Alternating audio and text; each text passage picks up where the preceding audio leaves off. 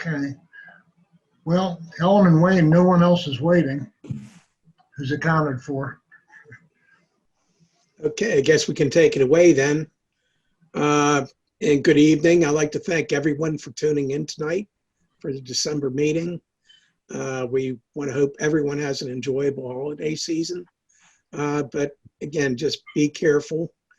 I'd like to at this point mention some of the officers and board members who make this all possible.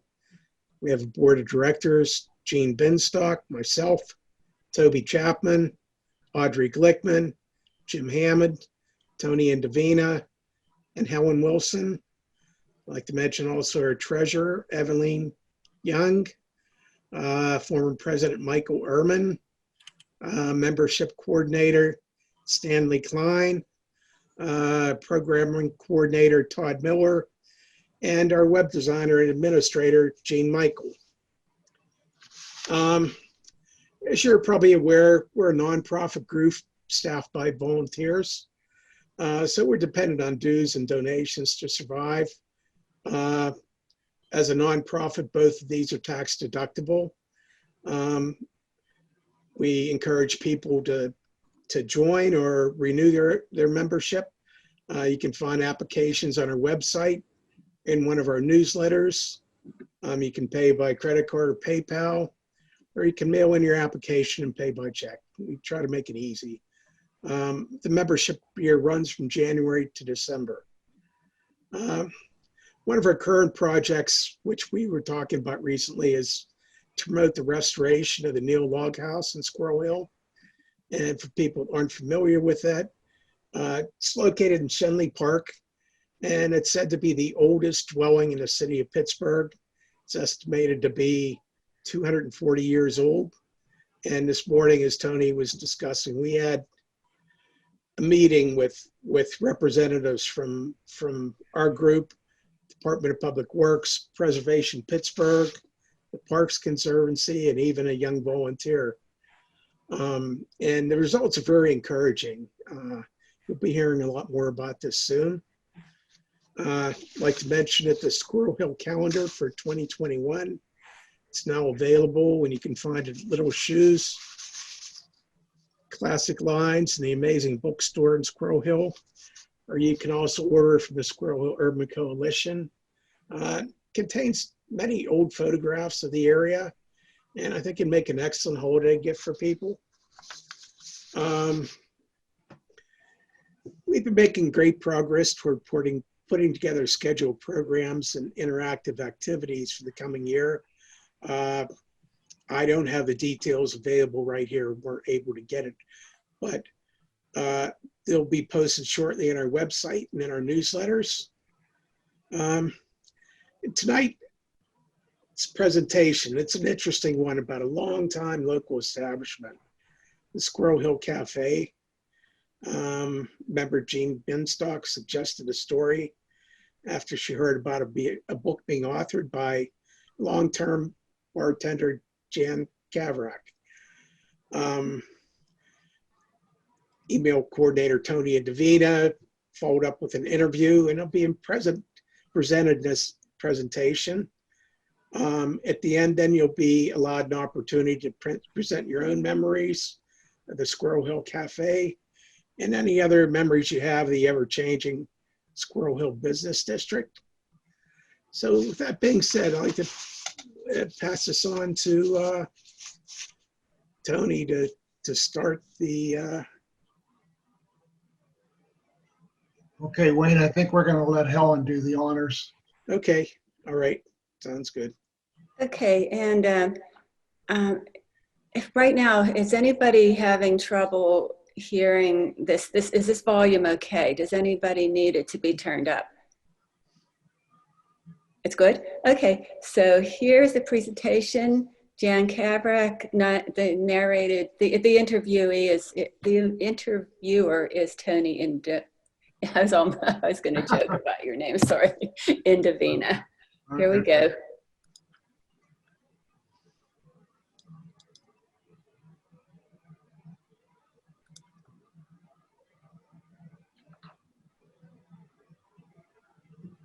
Good morning. This is Tony Indovina with the Historical Society.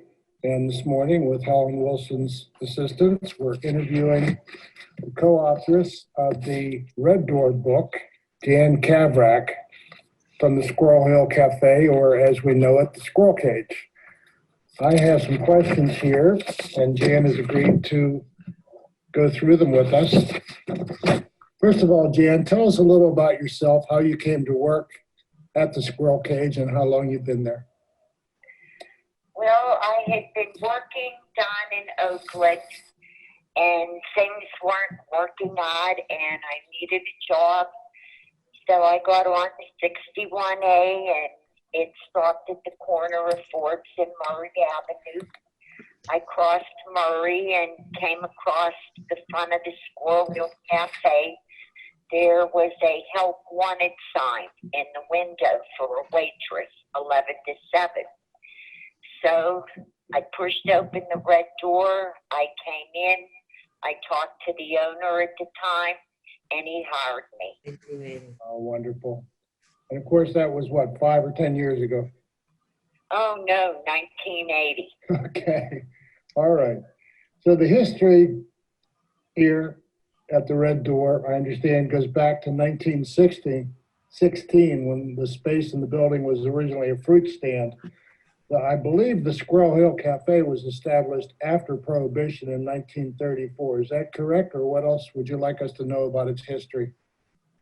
Well, that's correct. But also, in the late 1800s, Coldstone, which is next door and part of the room in the bar here, was one of the first movie theaters in the Pittsburgh area. Okay. I can't remember the exact name with it. I believe it started with an O. In fact, I got it out of a Squirrel Hill book. Okay. A lot of history in that building that the Squirrel Cage is in. Right. All right. A newspaper article describes the cage, and I want to ask you this with all due respect. As a reasonably priced dive bar in the middle of somewhat ritzy Squirrel Hill, that's a quote. And yet, and this is really to everyone's credit, you seem to have the most loyal customers over more years than any other place in the neighborhood I can think of. Why do you think that is? Because it's a comfy bar. That's what I keep saying. People can come in. Women can come in by themselves. Nobody bothers them. We have the high back booth, which gives everybody privacy. And all in all, it's just a good, comfortable bar. There's always someone in here to talk to. You meet new people every day. You make friends every day. It's just a really, really comfortable bar. So this is probably the time to ask you this. These are very different times. I know COVID is affecting all of you even more than most of us. What do you think it means to your customers and your trade, and exactly what kind of changes have you had to make? Well, we have done all of the guidelines that need to be done. My boss put the plastic shields up between the booths. I only have 7 booths now to use, whereas there are 10 booths. We have 2 small tables right next to the bar with the plastic shields up in front of them. Every time somebody leaves, we have to spray disinfectant in the cans. You spray the booths, you spray the tables. Every time someone uses the ladies' room or the men's room, we have to go in and disinfect everything in there. You must wear a mask. If you don't come in here with a mask on, you gotta go. If you get up to use the restrooms, again, you must wear your mask. All the employees wear masks. The kitchen cooks, they have to wear gloves. So we are very on top of the cleaning and the sanitation part of it. So it sounds like you're doing a lot of extra work. Have you had to let any staff go during this? I'm sorry, say that again? Have you had to let any staff go because of all this? Yes. Yes. Okay. My boss had to let a few people go. Granted, we're not as busy nearly as we used to be, so we don't need as many employees as we have had in the past. Well, hopefully you weather this. Yeah, I'm older, you know, I'm very careful. I only go out if I really, really have to. At home, it's just my husband and me, so, you know, we're very careful. And I've been saying this for a while. It all comes down to one word: courtesy. Oh, nice. If people would be paying attention and doing what they're supposed to do, I really don't think there would be so many more cases every day that we hear about on the news. Wow. So again, courtesy. Wow. Well, I'm looking at my time and I see we're probably a little ahead of schedule. So since you mentioned your husband, I'll ask about him. I understand you met him there at the Squirrel Cage. Yes, I did. Even though I swore I would never date, let alone marry, any man that walked up that ramp. But he came in one evening, and one thing led to another, and that was, I think, almost 30 years ago. Oh, wow. I guess that's a very good price to pay for working there that long. Wonderful.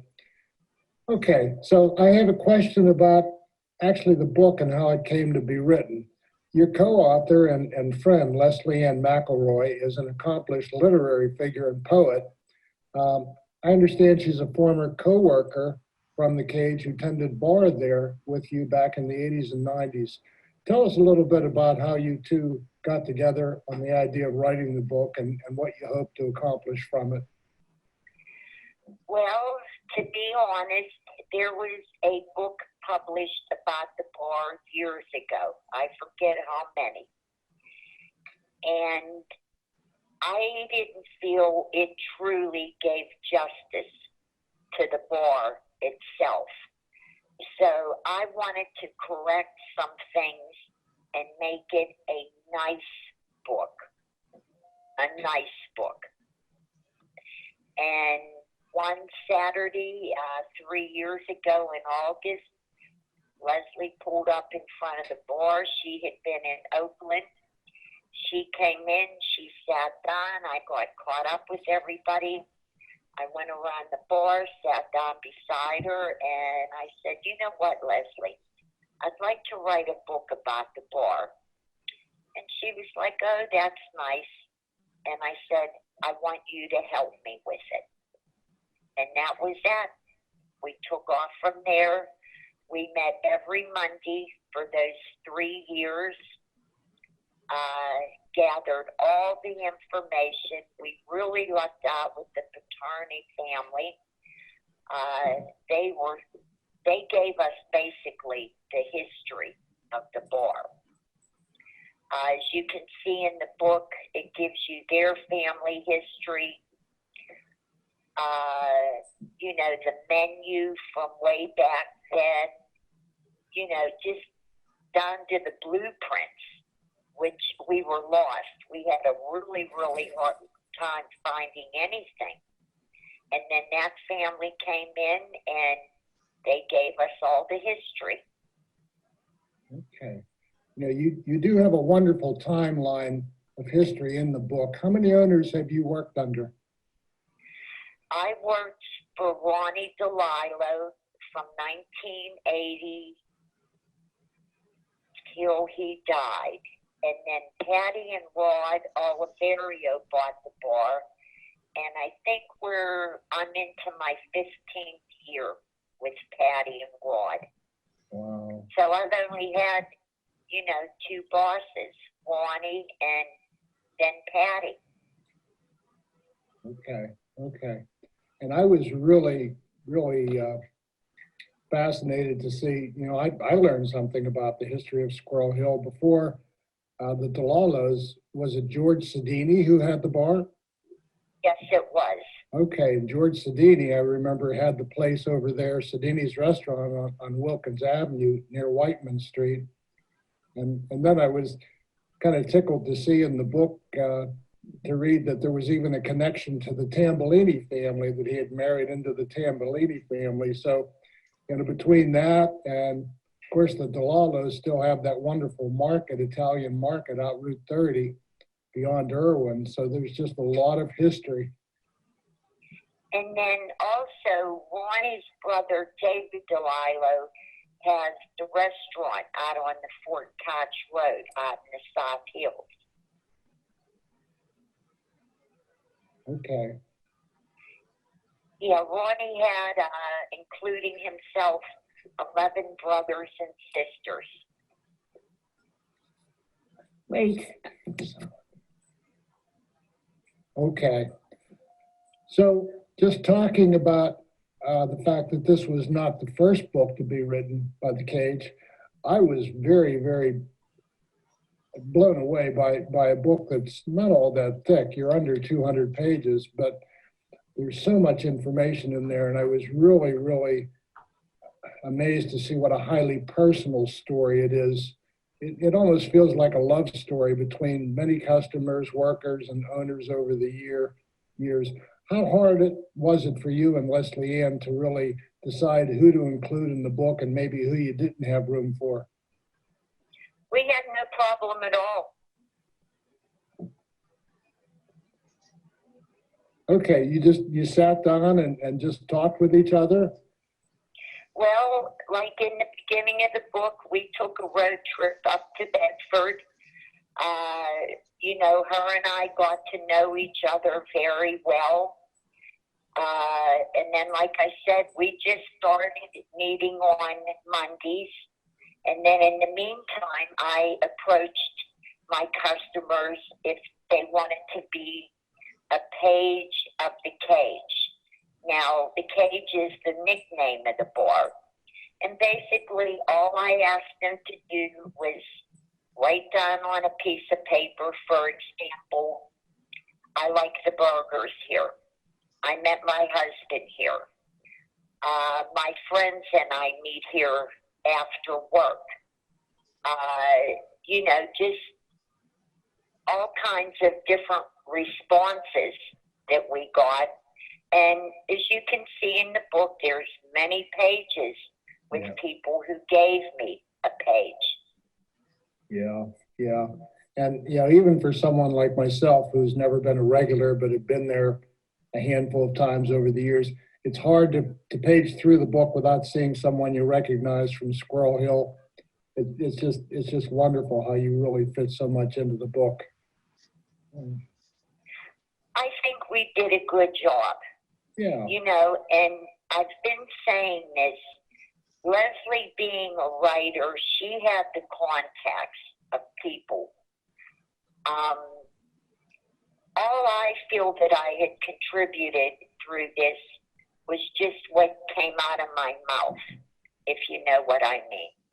But Leslie really, really put her heart and soul into this, and I give her, I would say, most of the credit. I really would.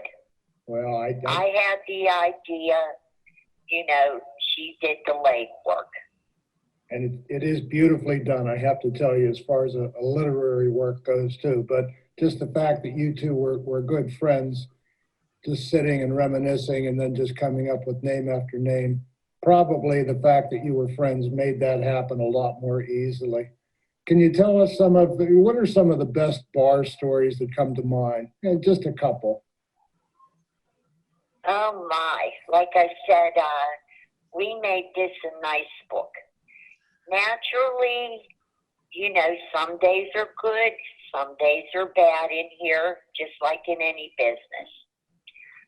Being in the bar business, you have such a variety of people The bar being at the location at the intersection out front, you know, we get people that work around the neighborhood. Now, when Homestead opened, a lot of the businesses in Squirrel Hill left. We get just street traffic, construction workers, teachers, students, everything from A to Z walks in that door. Yeah. Everybody. Yeah.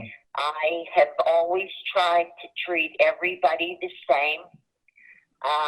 I think, well, I know I do have a nasty reputation to a degree, but also in the book, I have always tried to treat everybody the same that walked up that ramp.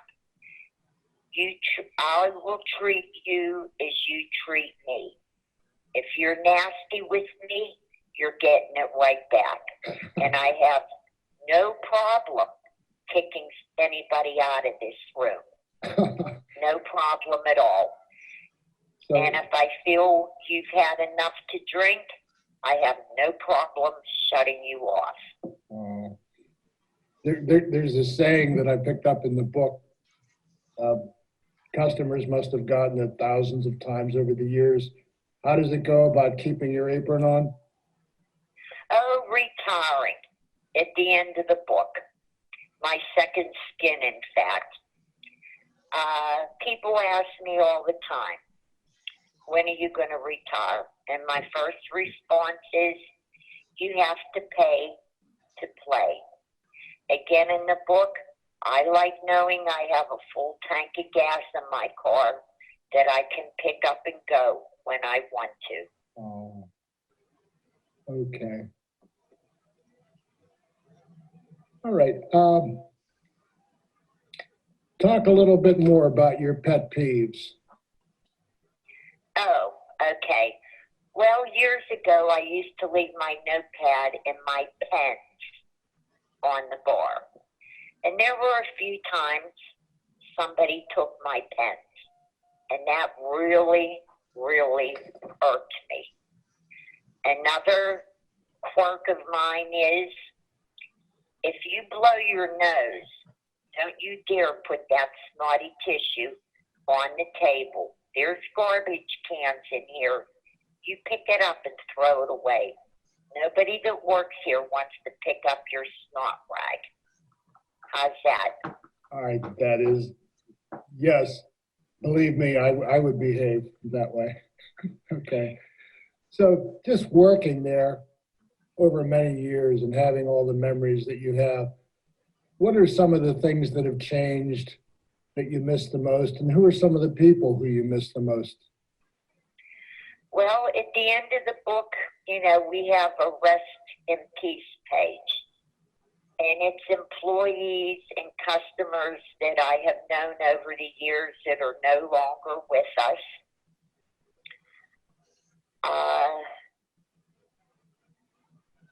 Okay, help me out here a little bit. Okay, and other changes that have taken place. Oh, Just in the bar? in the world or in Squirrel, yes, in the bar with ownership, has it been for the good? Has it sometimes not been for the good? And how have you kind of rolled with it? well, I get along with everybody. And like I said, working here almost 30 years and only having two bosses has been very, very nice. Patty, my present boss, you know, anything we ask her, she gets for us. We are known for our burgers. We have excellent wings. Everything on the menu is good, down to a grilled cheese or a fried egg sandwich. Now, watching Squirrel Hill change over the years, some of it I like, some of it I don't like. Like I said, when Homestead opened, a lot of the businesses around here went over there. My biggest gripe, I have two gripes with outside, are the beggars. Some of them can be aggressive, especially with the older people. And it burns my ass at times to watch out these windows, people handing them money. Now, don't get me wrong. Some of them do need it. Other ones that have nice tennis shoes on and nice warm winter coat, you know they can find a job. Jobs are hard right now, okay? But it just burns me that we have to bust a nut to make our money, and people are out there giving them. Now, I have talked to the police at least 5 times over the years, and they all say the same thing. As long as people in Squirrel Hill keep giving, they're staying. Now, another one of my gripes that I noticed, and I look out these windows every day, at the intersection of Forbes and Murray Avenue, not only are cars going through the red lights, they're going through the walk signs. People don't pay attention. And pedestrians are in the wrong too. They cross against the light. And I truly feel sooner or later something's going to happen out there, and then maybe something can be done about it. Yeah. How's that? Well, you're absolutely right, and that would be a really unfortunate lesson for us to learn. But that is an over-the-top busy intersection that you're by. So People have no common sense. People are in a hurry to get to the next red light, you know? yeah, People are always on their phone. See, I don't have a computer. I have a phone that you have to put minutes in every month. So I don't text or do any of that other stuff. But people are at the red light out here. The women are putting their makeup on. I seen a woman at the red light. She was eating ice cream out of a cup.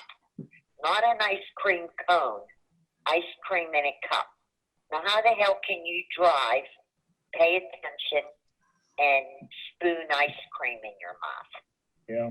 I really think a lot of these people got their licenses out of a Cracker Jack box. And some people don't deserve to be behind the wheel. Yeah. There, I vented a little bit. There you go. There you go. So before I let this one get away, I do want to ask you where people can buy the book locally in Squirrel Hill. That's very important because this is a real keeper. It's not just another book. It really is a wonderful memoir of Squirrel Hill and a wonderful establishment. So tell us where our members and others can pick up your book. I have them right here at the bar. There you go. Okay. They're all here. Leslie went to Maryland 2 weekends ago, picked them up. That Monday, we brought them in. We have them upstairs in the loft. I always have a couple here behind the bar on the hutch. And I'm going to guess I'm selling 3 to 4 to 5 a day. Now, weather permitting, we're planning on having a book signing out in front of the bar Black Friday, a week from today. Oh, But wow. you can come in Monday and Tuesday at 4 o'clock. Bill, the nighttime bartender, he knows where they're at. I work Wednesday, Thursday, Friday, and Saturdays, 11 to 6. So anybody that wants to buy a copy, all you got to do is walk in the red door, $35 cash. You walk out with a piece of Squirrel Hill history. Yeah, and I think because this piece that we're doing, your interview isn't going to be aired until after Black Friday. Maybe I'll talk to Helen about maybe previewing that for our members so they know what to do, give them an opportunity to come to your book signing. So make sure you get your 10 up for any kind of weather. That sounds like a wonderful opportunity. Okay. We're excited. Oh, you should be. Well deserved. It's a wonderful work. And one of the last questions I have is, You had mentioned the squirrel cage, and it is explained in the book. That was going to be one of my questions, and then you answered it for me in the book. Do you care to tell our members now where the name came from, or do you think they should buy the book to learn? Let's keep them wondering. How's that? Okay, Jan, fair enough. Well, Okay? absolutely. You've been very, very generous with your time, and we really appreciate it. And I don't want to use any more of your minutes, but we know where to find you. And I thank you again very much, Jan. Jan from the Squirrel Cage, the Red Door in Squirrel Hill. See her at her book signing, Black Friday. Thank you again. Are you still there? I am. Any parting words you have, or? I just want to thank you so much.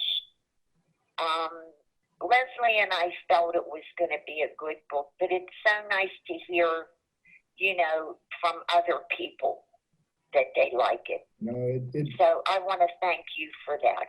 It really is a keeper, and just the time for people to go out and get one before the season. So thank you. Yeah, they make great gifts, and it's something that they'll have. And another thing Leslie and I were both hoping for, hopefully when people buy the book and go home or even sit and read it in here, it's going to take you away from everything that's going on in the world. Yeah. It'll be an escape for people. Well, it's a beautiful book visually, as well as in all the memories that you packed into it. So thank you very much for taking the time and putting it together. And thank you for everything you've done for Squirrel Hill. Well, thank you too. I really, really appreciate this. Okay. Goodbye, Jan. Have a good day. Take care. Bye-bye.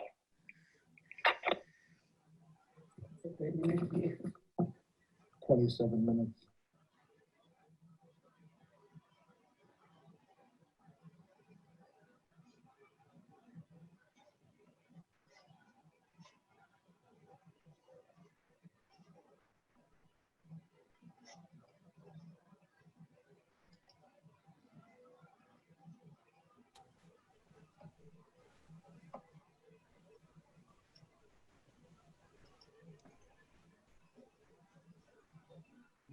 Okay. Helen, did you want to invite any questions? Oh, you did such a good job interviewing. I thought you could do that. But anyway, would anybody like to talk about memories of the Squirrel Hill Cafe, if you have them? No, but I wanted to mention the entrance way, that ramp that when you open the door, there's a little ramp you go up to get into the cafe. And there were some handicapped people in wheelchairs who needed to get into the cafe. So they redid that entryway just so that people, if you have trouble walking, you could open the door and just walk up that ramp instead of the stairs that used to be there. They really were very accommodating. I was very impressed. I wonder when that was done. Did Jan tell you when that was done, Jean? It's in the book, but I can't remember the year. I'm sorry. Oh, okay, I missed that in the book. So It's in there. Yeah. that's a good point. So if anyone wants to ask a question, make sure you unmute yourself. I can see that there are a lot of muted mics around, and then just speak up. I mean, I just want to say that was a real fun interview to do, and I just walked away from that with only having been in there maybe half a dozen times. I just have such a respect for what they've done over the years. They are a very friendly place. Zelda, you have a question? Yeah, when were the trolley tracks removed? Oh, Picture that shows them, they're around 67. And I think I saw George is here somewhere. But anyway, it was between 66 and 67. Well, the trolleys and the trolley tracks are different things. Okay. The 68 going to McKeesport was removed in 1958 the 67 to Swissvale and Rankin, and the 64 to Wilkinsburg and East Pittsburgh stopped running in January of 67. Now, when I arrived here to work at the Port Authority, one of the things that I did early on in the scheduling department, they would put us along the route, and we would be taking data as the buses go by, so we would know how well they were running schedule-wise, how many people were on at different points. And I remember the switches and the track along along Forbes between Murray and Shady were all in place till about 1977 or 8, when a big project came to rip them up. So those tracks were in there exposed, with all the glorious Ligonier stone blocks that were in place. So now other parts were probably removed later or earlier. It depends on the municipality, or whether there was some other big construction project. Usually the gas company would come in and rip it all out. But those tracks were exposed in the business district till about 78. Thank you. If you notice, there's a big project on Forbes Avenue now to get the sewers redone so that the basements of the stores don't Right. flood anymore. So the road's being dug up again.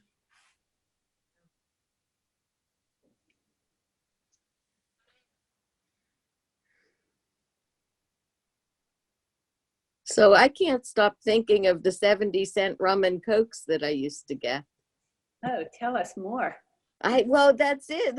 It's kind of a simple thought, but that's just it. You go in, you order a 70-cent rum and coke, and it's always perfect, always exactly the same, and always somebody would walk in who you knew or could talk to.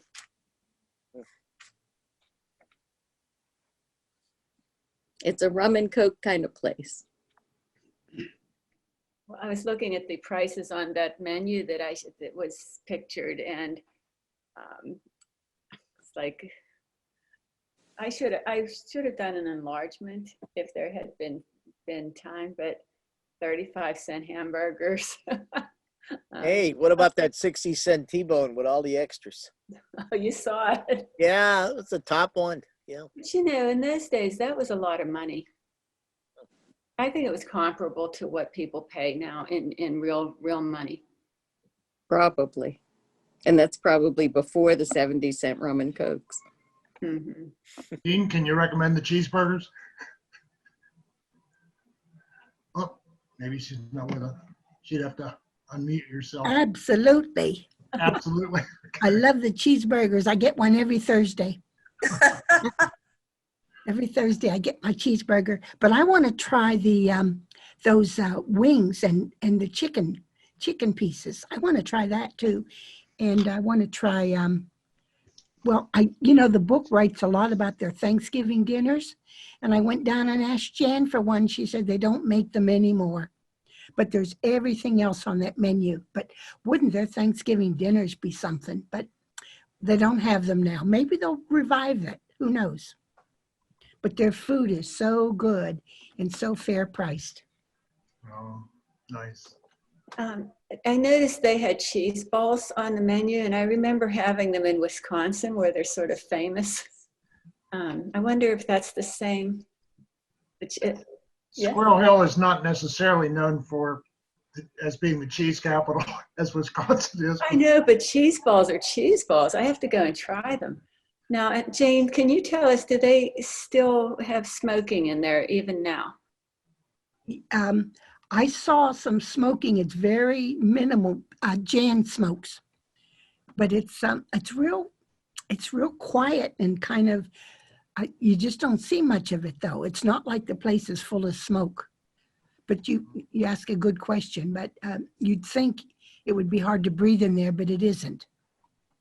So there's so little. People don't smoke like they used to anyway, do they?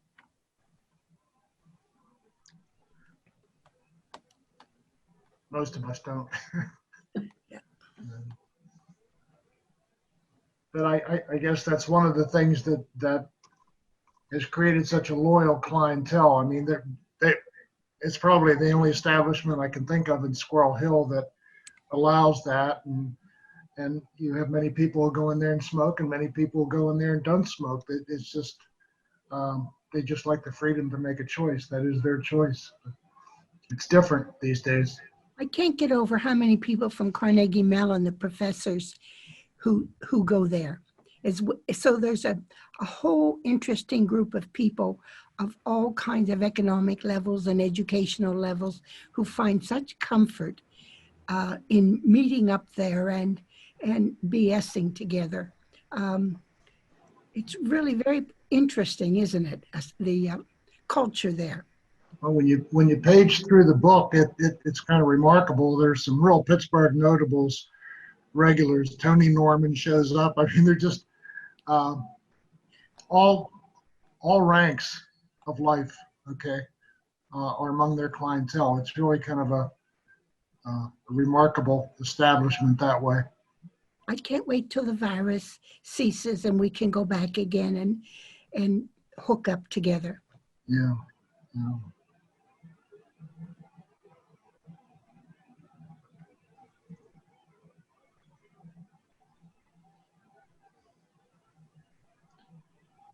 I was hoping to get more bar stories out of Jan than I did, but she's bound and determined to, as she said, this is a nice book.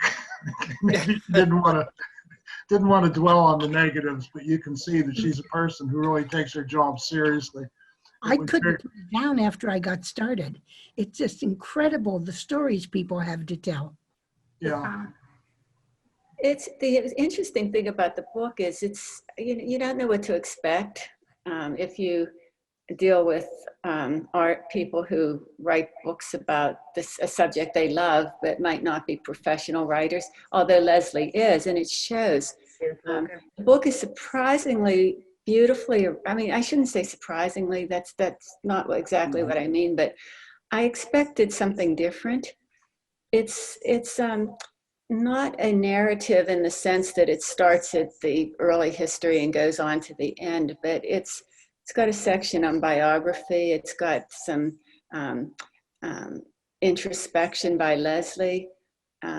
It's got individual stories that people have submitted that are very interesting. So it's just very beautifully arranged. And you can take that as a testimonial from our very serious editor of our historical society. She was very critical of it, and it passed the test. So.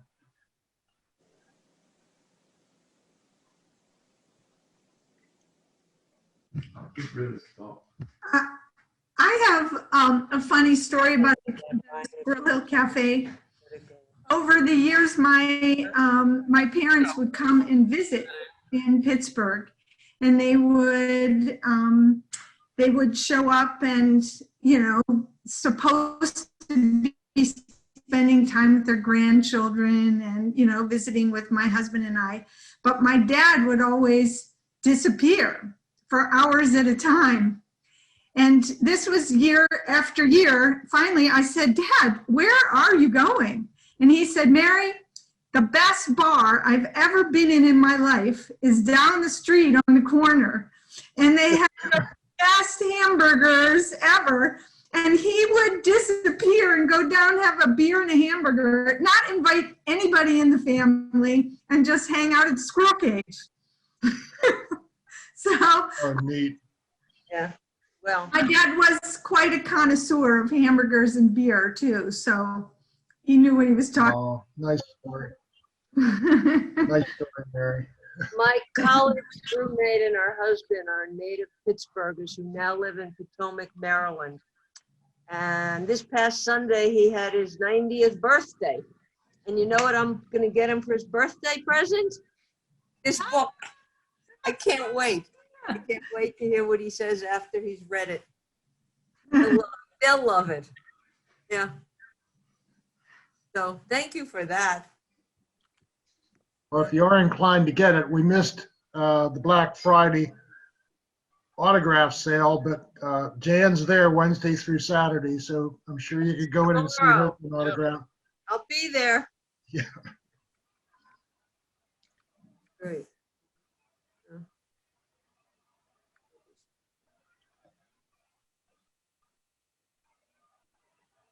Did anybody, did what she say about the changes in Squirrel Hill strike a chord with anybody? Um, the street people, the traffic?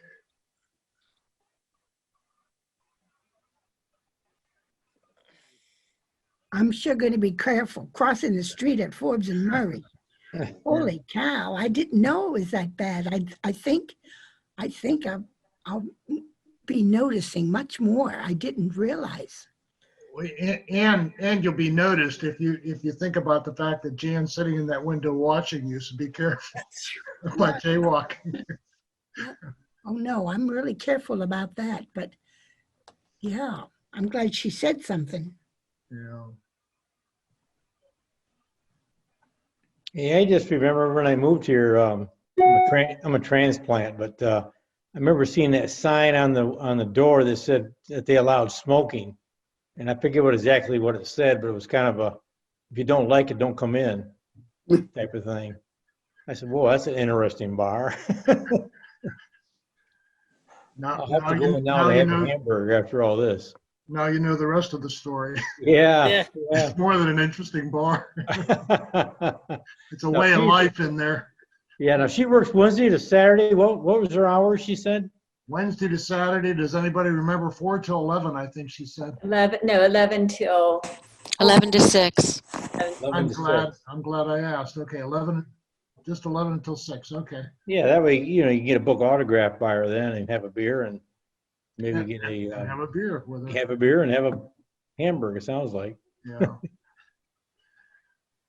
Well, I mean, if anyone's concerned about going in there now, take seriously what she said. They really, everything about the place, she's masked when you go in. So if you would just go in for a moment, just to buy a book, you could go in and come out and feel as safe as you can be going into an establishment. So.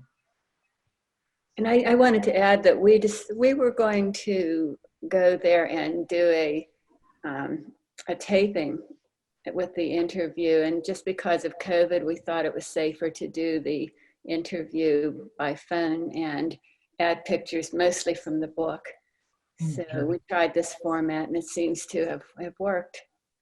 And Helen, while you brought that up, maybe we should just ask the members. I had some concerns about how the sound would come across someone's voice coming through a phone. So you're getting my voice firsthand and you're getting her voice secondhand. Is that something that you would be comfortable with for any kind of future meetings? It worked? It worked. I mean, I upped the volume 1 or 2 notches, but otherwise it worked well. Okay, all right. Well, that was Helen's assessment, that it was audible enough for everyone. Okay. So I'm glad we pulled it off. So, but it was a fun experience for me and Helen too. So This was a magnificent production and all these circumstances that you overcame, and the pictures with her work and her speaking, it was just so well done. And I thank you all very, very much. Thank you. Thank Helen for all the hours she put in matching pictures from the book to the narrative. But it's Jean. Without Jean, this would not have happened. Exactly. You're the one who suggested it. Your Thursday cheeseburgers. Uh-oh, my Thursday cheeseburgers. Go see Jan. Are they good? They're good cheeseburgers, right, Jean? Oh, man, they're cool. Medicine, tomato, and onions, mustard, and mayonnaise. Oh, boy, you load them. Yep. And now, you do a carry out? I mean, take out? Oh, yeah, she'll meet you right at the door and take your order. See, she doesn't even make you get very far into the cafe right now.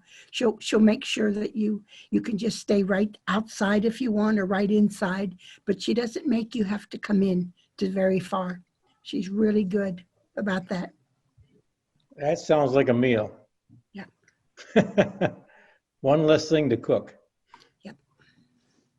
We're getting near the end of the hour. I guess I should ask Wayne or Helen or Jim, are there any commercial announcements we missed making just about upcoming events or membership or anything else? I think you spoke to the membership drive that we're involved in. I think that's our main goal right now is to try to keep our membership up. It's going to be a tough year, but all the programs and all the special projects that that we're doing right now is really nice, and and it's a very inexpensive organization to join, and we use the money for various expenses we have, so it's needed. And So we encourage any new members, anybody we don't have too many younger members, but we have younger members, they can get their parents maybe to join or give them a gift of joining so they can watch these Zoom meetings. I think they have a good time. Okay, And for those of you who came in late, the January presentation is Homewood Cemetery. There's a new Arcadia book. Is that right, Wayne? Because Todd couldn't, our programming scheduler couldn't be here, but I think it's. Yeah, I didn't get an email from him. I was kind of waiting on it, but he's obviously has bigger concerns. So we can get that information out to people. It's not a problem. But just, he had already scheduled the January.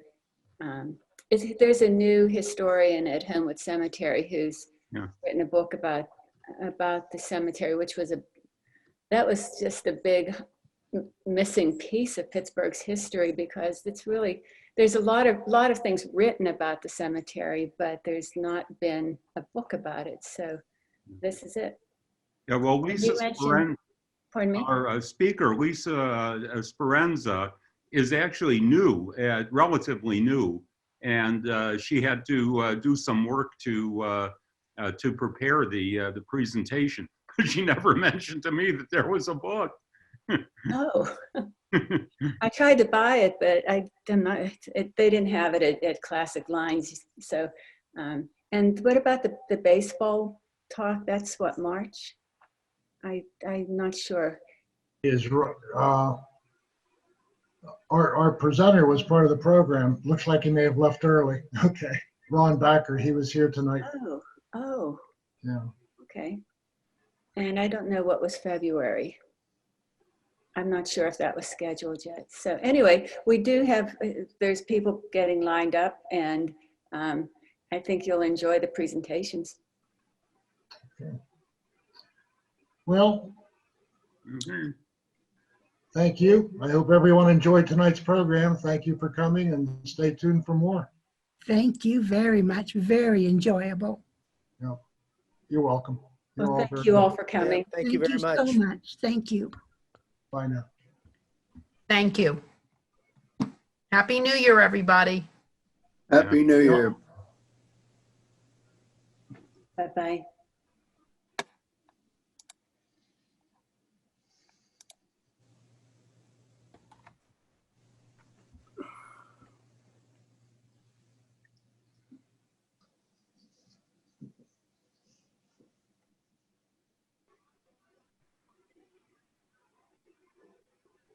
This is